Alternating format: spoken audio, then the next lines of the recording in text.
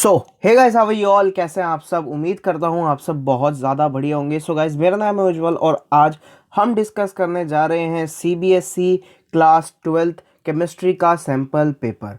जी हाँ, आज हम डिस्कस करेंगे सीबीएसई का सैम्पल पेपर जो सीबीएसई ने अपनी ऑफिशियल वेबसाइट पर रिलीज़ किया है। आई होप आपने चेक कर लिया होगा। आज हम उसका डिटेल एनालिसिस करने वाले हैं। कैसा है आपका सैम्पल पेपर, क्या कुछ चेंज हुआ है इसके पैटर्न में, और कैसा कैसा आपका पेपर आने वाला है। ठीक है भाई, सैम्पल पेपर जैसे कि मैंने अपनी लास्ट वीडियो में भी कहा था जिसमें मैंने फिजिक्स का डिस्कशन करा था कि फिजिक्स का सैम्पल पेपर आपका कैसा है। वो वीडियो आपने नहीं देखी है, ऊपर आई का बटन दबाओ, वो वीडियो ज़रूर देख लो। ठीक है। सो गाइज, वो वीडियो भी देख लेना और ये वाली वीडियो भी देख लेना। सैम्पल पेपर करना बहुत ज़्यादा ज़रूरी है, चाहे वो उस साल का हो चाहे वो पिछले 3-4 साल पुराना हो। सैम्पल पेपर करना बहुत ज़्यादा ज़रूरी है। और आज हम डिस्कस करने वाले हैं कैसा है आपका सैम्पल पेपर, क्या कुछ आपके सैम्पल पेपर में नया है, क्या कुछ आपके सैम्पल पेपर में पुराना जैसा दिख रहा है। तो चलिए गाइज, आज का ये वीडियो को हम शुरू करते हैं।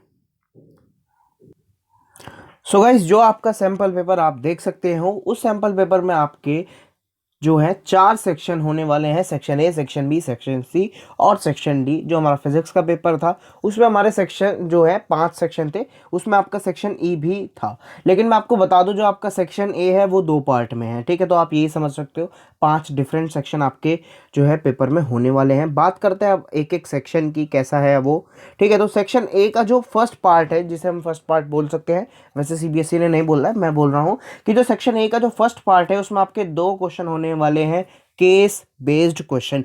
और एक बात मैं आपको बता दूं, मैंने आपको बताया था कि फिजिक्स के पेपर में एमसीक्यूज कुछ कम हुए हैं। लास्ट ईयर तक जो 10 आते थे वो कम होके अब 8 हो गए थे।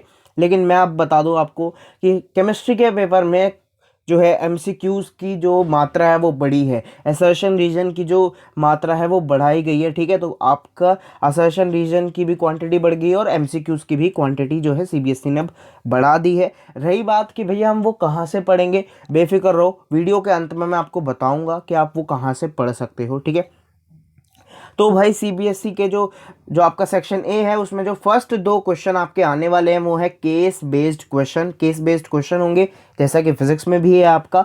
वो कैसे हैं, आपके 4 एमसीक्यूज हैं और 4 ही आपके असर्शन रीजन टाइप क्वेश्चन होने वाले हैं। ठीक है, जो आपका क्वेश्चन 1 है उसमें एमसीक्यूज हैं और जो आपका क्वेश्चन 2 है उसमें असर्शन रीजन टाइप क्वेश्चन होने वाले हैं। चलिए मैं आपको दिखा देता हूँ। ये है आपका सेक्शन ए और सेक्शन ए का ये है आपका क्वेश्चन 1। तो क्वेश्चन 1 आपने देख लिया। क्वेश्चन 1 आप जब देखोगे तो आपको एक पैराग्राफ मिला होगा। ठीक है, काफ़ी अच्छा बड़ा सा पैराग्राफ है जिसमें आपको काफ़ी सारी नॉलेज गिवन होगी, जैसे कि आप ये वाला पैराग्राफ देख सकते हो। साथ में इसके एक फिगर भी इन्होंने दी हुई है। उसके बाद इस पैराग्राफ के बेसिस पर आपको कुछ सवाल मिलेंगे। ठीक है, जैसे आप देख सकते हो यहाँ फर्स्ट क्वेश्चन आपको गिवन है, फिर सेकंड, फिर थर्ड, फिर फोर्थ और फिर आपको 4 सवाल मिलेंगे। ठीक है, जैसे कि मैंने आपको बताया था कि फिजिक्स में 5 सवाल थे, उसमें से आपको कोई 4 सवाल करने थे, लेकिन इसमें 4 ही सवाल हैं, लेकिन एक सवाल के अंदर इंटरनल चॉइस है। ठीक है, तो उसमें 5 में से कोई 4 करने थे, उसमें 5 में से कोई 4 करने थे। यहाँ पे आपको 4 ही मौजूद हैं, लेकिन एक क्वेश्चन में इंटरनल चॉइस है। इंटरनल चॉइस और ओवरऑल चॉइस में फ़र्क होता है, मैंने अपनी लास्ट वीडियो में भी आपको बताया था। जैसे आप देख सकते हो सेकंड क्वेश्चन में इंटरनल चॉइस है। ठीक है, जैसे मैंने आपको बताया था कि ओवरऑल चॉइस है। भाई 5 क्वेश्चन आ रहे हैं और आपको कोई 4 करना है, मान लो आपको ये आता ही नहीं तो आपको करना ही नहीं है। लेकिन क्योंकि यहाँ इंटरनल चॉइस है और इस क्वेश्चन में आप देख सकते हो कोई चॉइस ही नहीं है, तो ये वाला क्वेश्चन तो आपको करना ही पड़ेगा। ठीक है, तो ये है आपका क्वेश्चन नंबर 1, जो आपका केस बेस्ड क्वेश्चन जिसे बोला जाता है, यानी कि आपको एक पैराग्राफ दिया जाता है, उसके ऊपर कुछ क्वेश्चन दिए जाते हैं, वो आपको क्वेश्चन करने होते हैं। ठीक है गाइस, बात करें जो सेकंड क्वेश्चन है, वो second question same paragraph based question है, लेकिन इस बार जो ये पैराग्राफ आपको दिया गया है, इसके बाद जो क्वेश्चन है वो एमसीक्यूज ना होकर कैसे क्वेश्चन है, वो असर्शन रीजन टाइप क्वेश्चन है। ठीक है, पहले एक क्वेश्चन नंबर 1 से लेके क्वेश्चन नंबर 4 कैसे क्वेश्चन थे, एमसीक्यू क्वेश्चन थे। कैसे क्वेश्चन थे, एमसीक्यू क्वेश्चन थे। लेकिन बात करूं क्वेश्चन नंबर 5 से लेके क्वेश्चन नंबर 8 तक, क्वेश्चन नंबर 5 से लेके क्वेश्चन नंबर 8 तक, ये सेक्शन सेकंड का ही पार्ट है। सीबीएसई ने यहाँ पे थोड़ी नंबर की गलती कर रखी है, इसे क्वेश्चन नंबर 2 बोल रखा है, पार्ट 5 से 8 बोल रखा है, कोई टेंशन नहीं है। वो कैसे हैं, आपके असर्शन रीजन टाइप क्वेश्चन है। जैसा आप देख सकते हो, पहले यहाँ पे आपको एक ये ऑप्शंस दे दिए हैं कि इनमें से आपके कुछ ऑप्शन होने वाला है। जैसे अगर मैं आपको ऑप्शन पढ़ के बताऊंगा, पहले एक बार ये देख लीजिए। ऐसा आएगा आपका असर्शन रीजन का। आपको एक असर्शन दिया गया होगा, असर्शन माने आपको एक स्टेटमेंट दी गई होगी। जैसे आप ये स्टेटमेंट पढ़ सकते हो कि vegetable tan leather can not absorb a large amount of moisture, ठीक है। उसका एक रीजन दिया गया होगा, ठीक है। तो ये होगा आपका फर्स्ट क्वेश्चन। अब इसके ना 4 आंसर होंगे। जब आप ये पढ़ लोगे, असर्शन और रीजन आप पढ़ लोगे, फिर आपको बताना है कि इनमें से ए बी सी डी में से कौन सा ऑप्शन सही है। फर्स्ट ऑप्शन हमारा क्या कह रहा है कि असर्शन और रीजन दोनों ही जो स्टेटमेंट, दोनों ही जो चीज़ है वो सही है। असर्शन और रीजन दोनों ही सही है, और जो रीजन आपको दिया गया है वो एक करेक्ट एक्सप्लेनेशन है किसका, असर्शन का। वो एक करेक्ट एक्सप्लेनेशन है किसका, असर्शन का। ये है आपका ऑप्शन ए। अगर आपको लगता है कि इसका असर्शन भी सही है, रीजन भी सही है, और जो स्टेटमेंट दी गई है, रीजन जो दिया गया है वो सही है, वो बिल्कुल सही है असर्शन के लिए, तो आपको क्या ऑप्शन देना है, आपको ऑप्शन ए बताना है या फिर यहाँ ऑप्शन लिखना है, ठीक है।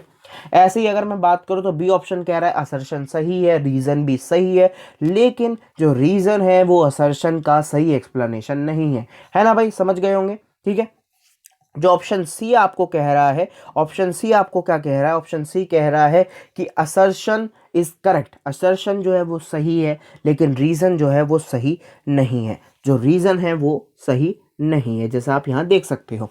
डी ऑप्शन क्या कह रहा है, असर्शन भी गलत है और रीजन भी गलत है, ठीक है। तो अगर आपको लगता है कि इसका ऑप्शन डी होना चाहिए, ना तो असर्शन सही है ना रीजन सही है, तो आप ऑप्शन डी लिखिए आना। अगर आपको लगता है ऑप्शन सी है तो ऑप्शन सी लिखिए आना। ए बी लगता है तो ए बी लिखिए आना, ठीक है भाई। तो ये हुआ आपका असर्शन रीजन। तो अब तक आपके 4 एमसीक्यूज हो चुके हैं और 4 आपके असर्शन रीजन हो चुके हैं।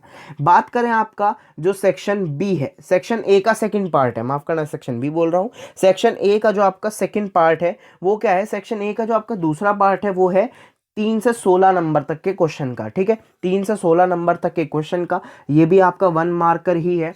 जैसे ये आप देख लो, जो आपके 2 केस बेस्ड क्वेश्चन थे वो आपके 1 मार्कर थे, 1 मार्कर थे, ठीक है।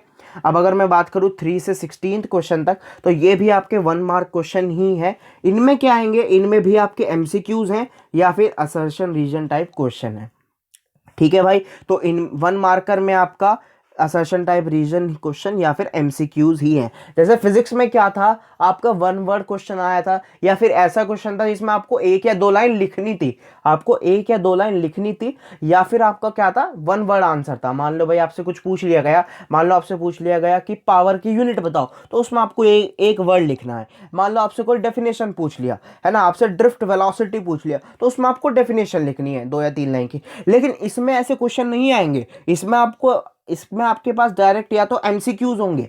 इसमें आपसे भले ही पूछ ले कि what is the unit of power, लेकिन इसमें आपको 4 ऑप्शन दिए होंगे, ठीक है। या फिर आपको मिलेंगे असर्शन रीजन टाइप क्वेश्चन, जो थोड़े से बच्चों को अलग से लगता है, क्योंकि अभी तक हमने ये इन चीज़ों से डील नहीं करा है ना। ऑल्दो आप शायद अपने 11th क्लास में असर्शन रीजन टाइप की प्रैक्टिस करते आए होंगे, क्योंकि आपको पता था लास्ट ईयर से ही कि असर्शन रीजन हमारे पेपर में होने वाले हैं।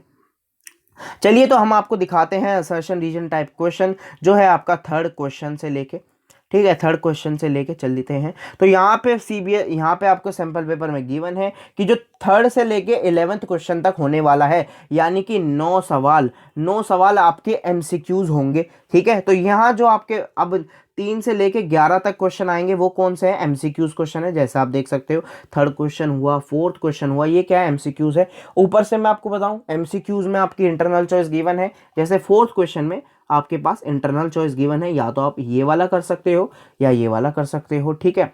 ऐसे मेरे हिसाब से 9 सवाल हैं, तो शायद 3 इंटरनल चॉइस आपको दी गई है, 3 या 4 इंटरनल चॉइस आपको दी गई है 9 सवालों में। बात करें आपका 9 सवाल के बाद आपके जो 12 नंबर से लेके 16वें नंबर तक के जो सवाल हैं, 12 नंबर से लेके क्वेश्चन नंबर 12 से लेके क्वेश्चन नंबर 16 तक के जो आपके सवाल हैं वो कैसे हैं, वो हैं आपके असर्शन रीजन टाइप क्वेश्चन, वो हैं आपके असर्शन रीजन टाइप क्वेश्चन। फिर से असर्शन रीजन टाइप मैंने आपको ऊपर बता ही दिया है, ठीक है। तो यहाँ पे आपके 5 सवाल और बढ़ गए हैं असर्शन रीजन टाइप के, 5 सवाल और बढ़ गए हैं। ऊपर 4 हम करके आए हैं, 5 और करने हैं, तो total number of assertion reason type question कितने हो गए आपके, 9, ठीक है भाई। कितने असर्शन रीजन टाइप क्वेश्चन हो गए हैं, 9 आपके असर्शन रीजन टाइप क्वेश्चन हो गए हैं।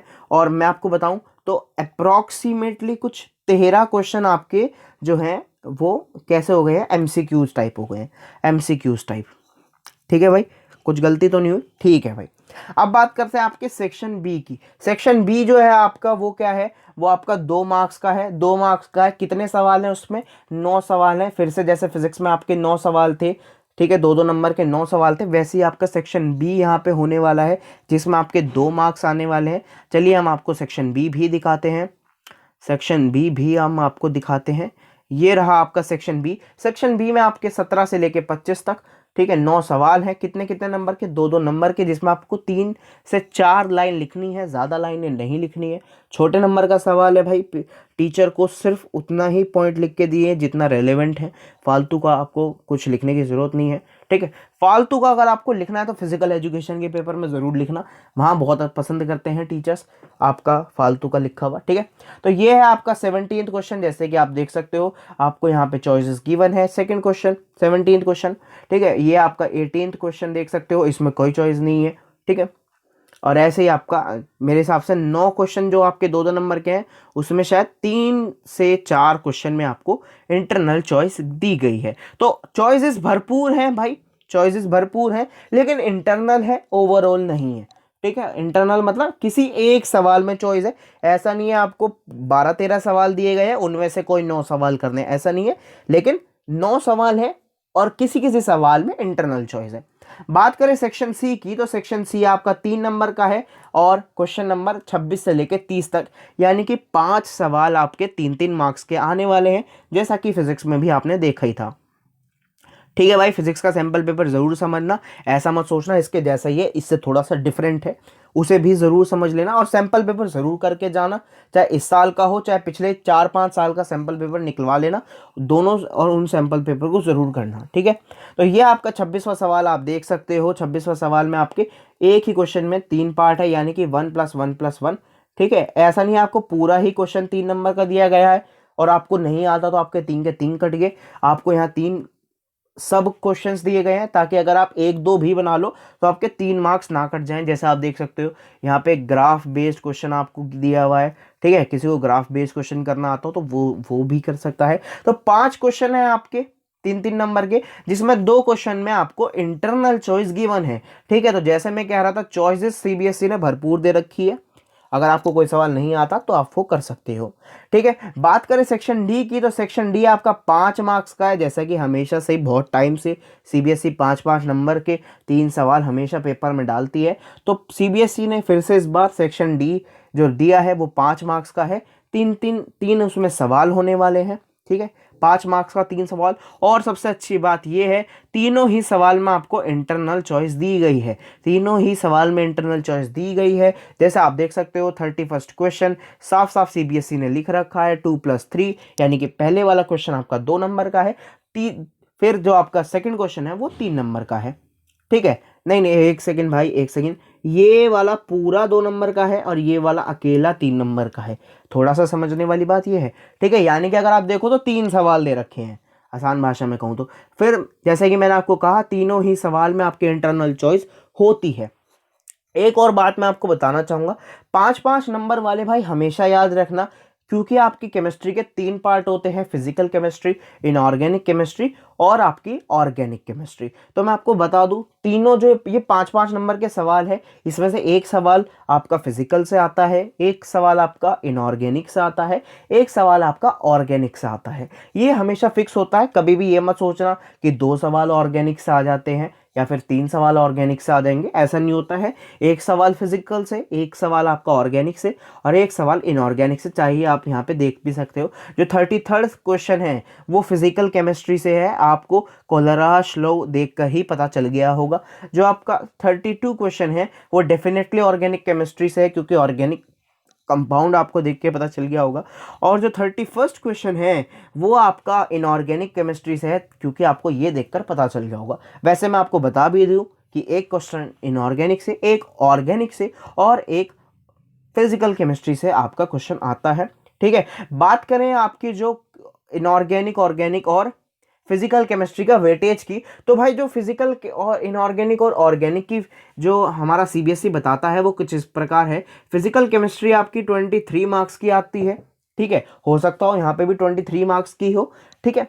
बात करें इनऑर्गेनिक केमिस्ट्री की, तो इनऑर्गेनिक केमिस्ट्री आपकी 19 नंबर की आती है। और बात करें ऑर्गेनिक केमिस्ट्री की, तो ऑर्गेनिक केमिस्ट्री आपकी 28 मार्क्स की आती है, ठीक है। ऑर्गेनिक केमिस्ट्री आपकी 28 मार्क्स की आती है, उसमें चैप्टर भी काफ़ी हैं। वैसे इस साल चैप्टर कम करे हैं, तो हो सकता हो शायद उन्हें ये वेटेज कम कर देनी चाहिए थी, पर कोई बात नहीं, अगर नहीं भी करी है कोई टेंशन नहीं है। बात करें भैया मेन बात की, असर्शन रीजन की बात है भैया। इस साल सीबीएसई ने भर भर के असर्शन रीजन डाल दिए हैं। पिछली बार 4 आते थे, इस बार 9 कर दिए हैं, ठीक है।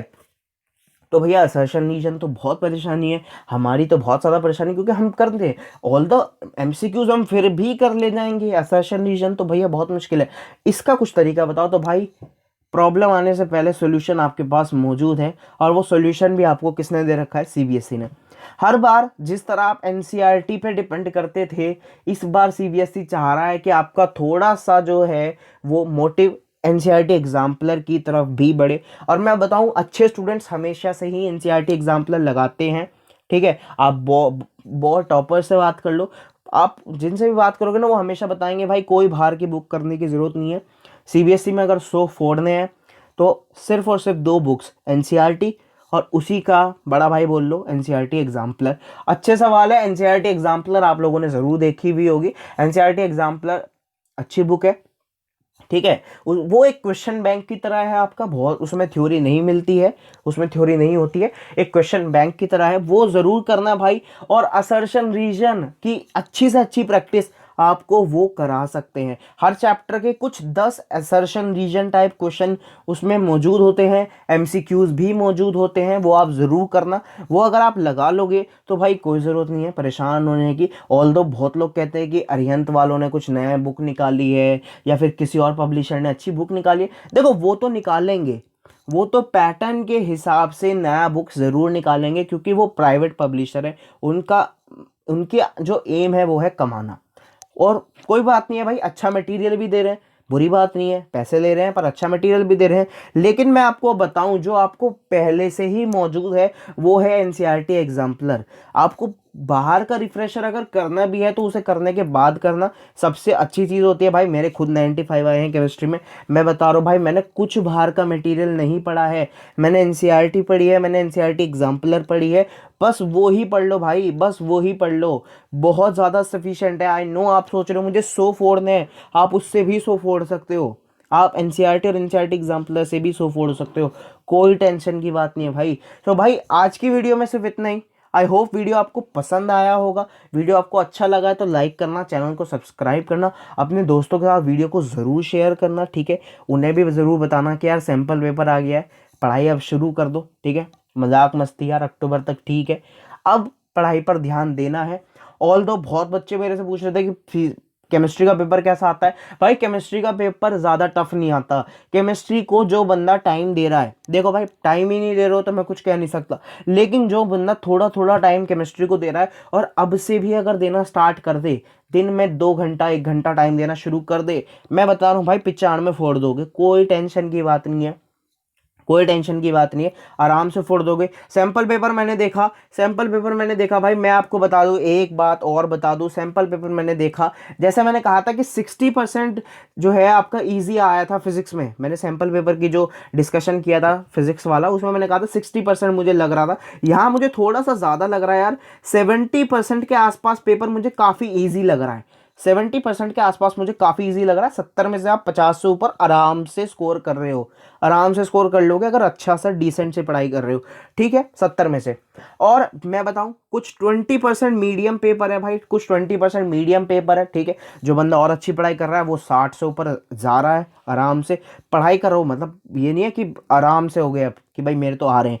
बात करो कुछ 10% ऐसा है भाई, कुछ 10% ऐसा है भाई, जो चीज़ आ तो डायरेक्ट एनसीईआरटी से रही है, लेकिन वो एग्जाम्पलर से दिख रही है मुझे, ठीक है। जो बंदा एग्जाम्पलर लगाएगा उसका बहुत ज़्यादा फायदा होने वाला है, ठीक है। और भाई ये बात मैं अगर आपको फरवरी में बता रहा होता तो शायद मैं आपको डरा रहा होता कि एग्जाम्पलर नहीं करिए, नंबर नहीं आएंगे। लेकिन अभी सिर्फ अक्टूबर का महीना चल रहा है, वीडियो अभी देखी है, नवंबर तक देखी है, कोई बात नहीं यार। जो चैप्टर हार्ड लग रहे हैं उसका लगा लो, जो चैप्टर आपको लगता है यार मुझे यार इस चैप्टर में डर लगता है, उसकी एग्जाम्पल लगा लो बस, ठीक है। सो गाइस, वीडियो में सिर्फ इतना ही। वीडियो को लाइक करो, चैनल को सब्सक्राइब करो, अपने दोस्तों के साथ शेयर करो। अंत में इतना ही कहूंगा यार, थोड़ा ध्यान रखो अपना, आपके बोर्ड एग्जाम्स बहुत जल्दी आने वाले हैं। Bye bye, love you all, all the very best for everything. Bye bye, पढ़ाई करो जाके अब।